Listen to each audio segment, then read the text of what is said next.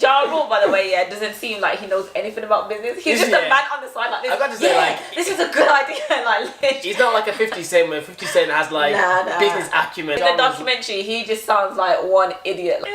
But yeah, definitely include that video though, because I want to know what happened, because I haven't googled it, but I heard bits. You want me to just out the whole story? Bro, yeah. You're gonna educate me on the Fyre thing, because I haven't watched the documentary yet, and I don't know much. Yeah, so the Fyre Festival. Yeah. Oh, you've got to watch the documentary. I love it. So. Is it dope? Like, how long is it? It's about an hour and 40 minutes maybe. So basically, the Fyre Festival. Most I know about it is that something to do with Ja Rule. Was it linked into it? Anyway. Oh shit. Do you know the bit about someone having to give fellatio or something like that? Oh my god. Just tell me from the beginning, but that's the one bit. That's how I found out about it. It's so I didn't think it was real. I thought it was fake. Nah. Why did I say fellatio? Suck dick. I was like, wow. I was trying to be like political. I was getting scientific with this. I didn't want it. I was trying to think what words is not going to be too aggressive. I'm like, yo, this is... I think even they use that in 2019, so what? I literally, you know me normally speaking, I never say fellatio. I would always say, yo, she's like a dick, she's giving head. It wasn't a woman. Oh, he was a guy, yeah. But I mean in general, I'm never generally, in normal day life, I'm not talking about what guys sucking dick. But yeah, okay, to get back to... Definitely include that video though, because I want to know what happened, because I haven't googled it, but I heard bits. You want me to just out the whole story? Bro, yeah, but do it like in a nice, the best bits, just tell us, because... I mean, basically, I mean, long story short, right, you've still got to watch the documentary, because I think a lot of people know what happens. But like, long story short, there's a guy, and he basically... He decides to do this festival, right? This is like an unheard of festival. Like, we're not talking like Glastonbury and friggin' bushes and whatever, right? Where is it located? It's an island. They were doing it in the Bahamas, right? So, an island. Pablo Escobar's island initially, where it was supposed to be on, which he bought, apparently. He bought the Bahamas? He bought Pablo Escobar's island, right? He didn't buy it, but he said that he bought it. So what he was going to do was, he wanted to do this festival because he was actually doing a festival which would help launch his app, which was called the Fyre app. Now, the Fyre app, I think, was brilliant. It was basically like Uber for celebrities. You book a celebrity for an app, and then it's just everything's done through the app, right? Yeah. So it just makes things easy. The festival was going to lead to the app. So he's got a team working on the app, another team working on the festival. Yeah. Festival is just going to be like in the tropic, you know, Bahamas, you know, there's going to be like, I think it was like 10,000 people, going to have music, you know, he basically promised like a whole different experience, like villas on the beach, you're going to have like really luxury like apartments. So in terms of who uses the app, right, it would be like, for example, you want to have a party, you might want to book somebody. So it's not going to be like the everyday person, like let me just book Ja Rule, like people that have money, do you know what I mean? And that's how Ja Rule got into it, because what happened was he wanted to book Ja Rule for a party, and he found it really difficult because he went through to his agent like how many times like he'd paid all this money for this agent, and he was like, this is really difficult. And so he realized actually there's probably a better way to do this, and then bam, Ja Rule comes in. So Ja Rule is actually his business partner in this app venture, and also the festival. So that's how Ja Rule's in. That's how he's ruled in. Ja Rule, by the way, I know. Ja Rule, by the way, doesn't seem like he knows anything about business. He's just a man on the side like this. I got to say, like, this is a good idea. Like, he's not like a 50 Cent where 50 Cent has like business acumen. It's fairly obvious that in the documentary, he just sounds like one idiot, like literally. So basically, the moral of the story so far is that they're trying to do some sort of event. They create an app for it. So. And everyone's meant to fly out there. So where does it go wrong? Like, where's the big... So the big firstly, what they did right was, this guy's, I don't know how old he looks like in his 20s. He just had all this money. He flew all these top Instagram models to this Bahamas, done this promotional thing. You know, we're talking about Kylie or Kendall Jenner posting things on Instagram. $250,000 he paid them to post this Fyre Festival thing. So what happens is these models, they fly out. You got the, you know, Bella Hadid or whatever flying out, right? And they've done this promotional video, and suddenly you've created that kind of, oh my, this vibe, we want to go to this festival. It doesn't exist yet. But all these top influencers, they're going to be paid, like they want to go, the tickets are like 50 grand. Like, this is not for the average person. This is like for the elite people that have got money. So where it went wrong was that he only had like a little bit of time to do this whole thing, right? So he's thinking, I'm going to do this festival, you know, we're going to have 10,000 people on this island. Firstly, someone was like, you can't fit 10,000 people on this island, like it's just not possible. We've got to get toilets. The island didn't even have internet. It just about had water. Like, he was like thinking, mate, there's no infrastructure. When was this done? On this island last year. That recent? All right. I think it was last year.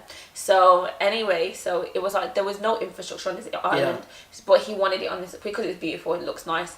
And then there was that situation. Then there's no houses, because there's like a few houses that people have, like really nice houses, but they'd oversold on tickets. So they'd oversold. There's no accommodation people either. Yeah. So they'd oversold on these accommodation for the Instagram models that are supposed to be going and all this. Right, they're supposed to have free accommodation. They didn't have any accommodation, so they oversold on the tickets.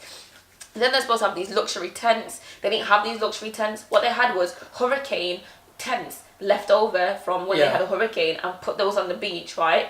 I saw the food was like cheese sandwiches. Like it lobsters and stuff. There was like this guy, right? Yeah, I literally was dying at this part. The guy was like, we were supposed to have Indian cuisine, like. that was his line. That drew to like Indian cuisine and sushi, and they literally had these cheese sandwiches. But honestly, when you see it, like basically they just had, the preparation was terrible, and they didn't have enough time. The guy was not saying no. Like he actually paid some really top people that have done these things before, and they was like, mate, you need to cancel this, like, weeks before. So he knew. So he knew beforehand. But he was just not having it. He was just like, no, I'm not canceling it. He just saw the money, and he was like, I'm not doing it. They were like, you can't do this. And anyway, in regards to this guy, so this guy that he'd asked to help him out, he was this Billy had called him and he said, listen, you're my gay coordinator, like my best gay coordinator, can you do me a favor? So he's like, sure, like what do you need me to do? He's like, I need you to take one for the team. The guy was like, I felt like I was taking one for the team every day, because this job seems stressful, everything's just going wrong. And he was like, listen, we need this water, they needed these water like canisters or whatever, right? And he was like, can you go and see this guy and just suck his dick, right? So we can get this water. This is part of video? Yeah, like. How do they document this? Or no, the guy's telling us, Oh, okay. So he was just like, oh my God. So he was like, I can't believe that he just asked me to do this. But he goes, I drove home, I got some mouthwash, I washed up my mouth, I drove to see the guy. He was like, I was ready to go and do this. And he showered and everything as well. So just in case he had to go a bit further. He was like, I've done everything. And then basically he's like, I went to see the guy. The guy was really nice, and I didn't have to suck his dick. But he was like, can you believe, like, this is the levels that we've got to. Before we even get into, like, the guy asked him, why would you willingly go and go suck? I know the guy was gay, but I think, you know what it was? It's like. How? Yeah, hold on. I just realised. Yeah. So the guy on the other side, like the person he was meant to go see. Yes. Did the guy ask for his dick to get sucked? No, that's what I was confused. So how did I was confused. I don't know. Did he know the guy was gay? Like, I don't even know if the other guy was gay. They didn't say whether. So he just automatically thought, okay, so the only way to solve this solution is someone to suck a dick. I was saying this as well. Like, what if he did do that, and he still didn't get the water? I was like, cheers, mate.